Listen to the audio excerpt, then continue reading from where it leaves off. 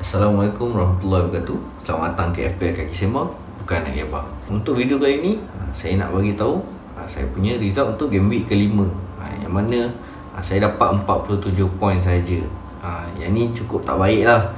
Yang mana semakin lama, semakin game week berjalan, semakin result saya semakin teruk. So saya kena buat something untuk saya punya fantasi Premier League lah. Okay, tapi saya tak rasa saya je yang teruk, sebab result yang untuk game week kelima ni memang susah nak predict. Iaitu banyak tim-tim yang kita rasakan minggu yang sebelum tu kalah, tapi minggu yang ni dia menang. Minggu yang sebelum tu dia menang, minggu yang ni dia kalah. Okay, so kalau korang boleh nampak, memang tim saya memang tengah agak merudum lah. Dengan saya buat wildcard pada last week. Kalau nak ceritakan, memang panjang ceritanya. Ujung-ujung minggu lepas saya ada buat perubahan 2 jam sebelum game, yang buatkan saya rasa macam perubahan tu tak patut lah saya buat sepatutnya kan.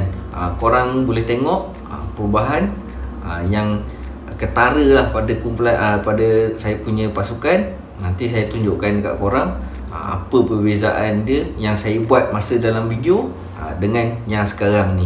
Nanti korang akan tahu yang mana banyak player-player yang saya dah ambil skor, tapi saya tak bawa masuk pada game week pada kali ni kan. Saya cancel, saya tukar kat orang lain. Semuanya disebabkan saya rasa tak sedar hati lah. Tapi tak sedar hati tu jadi memang tak sedar hati betul lah, sebab saya bawa play yang tak betul. Okay, so mistake-mistake yang macam ni kita pun tak tahu kan. Tapi memang saya rasa tim tu boleh menang. Semuanya saya tak yakin yang player tu boleh berjaya ataupun boleh dapat point ataupun tak lah. Itu kan susah nak predict kan.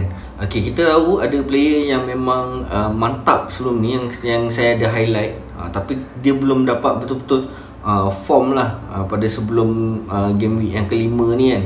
Tapi pada game week kelima ni kita nampak lah banyak player yang kita nampak memang ada potensi untuk mendapatkan poin yang banyak. Contohnya yang pertamanya kita nampak Ivan Toney daripada Bradford. Kalau tengok Ivan Toney ni pada game tu memang kalau korang perasan, dia antara player yang menjadi tumpuan kamera tau.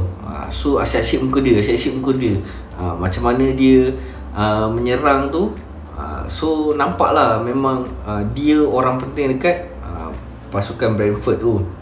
Okay, yang seterusnya kita tengok Ismail Assar, daripada player daripada Watford kan. Macam sebelum ni saya ada cakap Ismail Assar ni memang player yang tengah on form, dan korang boleh perhatikan player ni. Harga dia tak mahal pun, harga dia murah je. Kalau saya tengok dekat sini, harga dia baru 6.1 je. So korang boleh letakkan dia sebagai pilihan player lah. Saya cakap macam ni tapi saya pun tak beli kan. Cumanya mungkin akan datang saya boleh consider untuk gantikan dengan player yang lain lah. Okay, dekat game antara Tottenham Hotspur dengan Chelsea pula, yang tu saya tak predict pun yang Chelsea boleh menang 3-0. Saya predict Chelsea boleh menang.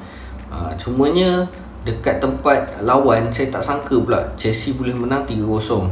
Dan gol pula dijaringkan oleh player daripada defend Chelsea lah. Dua daripada defend Chelsea, Thiago Silva dengan Rudiger tu mungkin lah ada orang yang akan ada player Rudiger ni, tapi Thiago Silva tu saya tak rasa ada ramai player beli Thiago Silva. Macam Kante pula, Kante ni kita dapat tahu kan dia injured kan. So tak yakin dia boleh nak main first 11.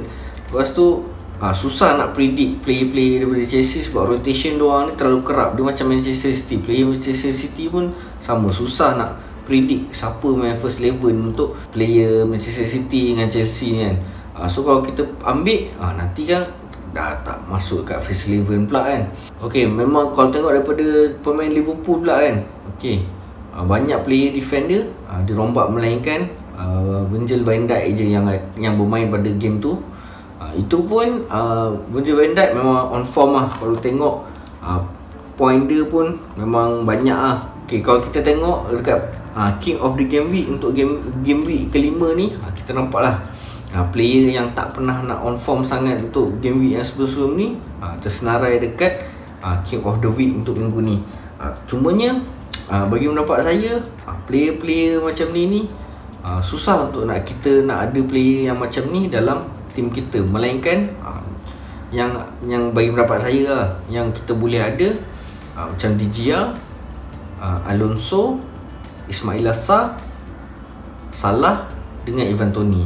Itu je pendapat saya yang saya nampak mungkin kita boleh senaraikan dekat dalam kita punya Fantasy Premier League. If let's say diorang meneruskan lagi momentum, diorang punya kecemerlangan diorang lah dalam diorang punya permainan diorang kan, dan diorang tak ada player yang boleh ganti lah untuk tempat diorang tu kan.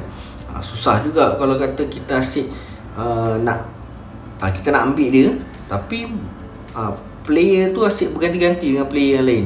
Kita nak ada player tu susah sebab masih bergelut dengan injury, tak form, dan nak asyik manager asyik suka tukar-tukar player sebab nak test kan. So itu buatkan kita rasa macam susah nak predict player ni lah.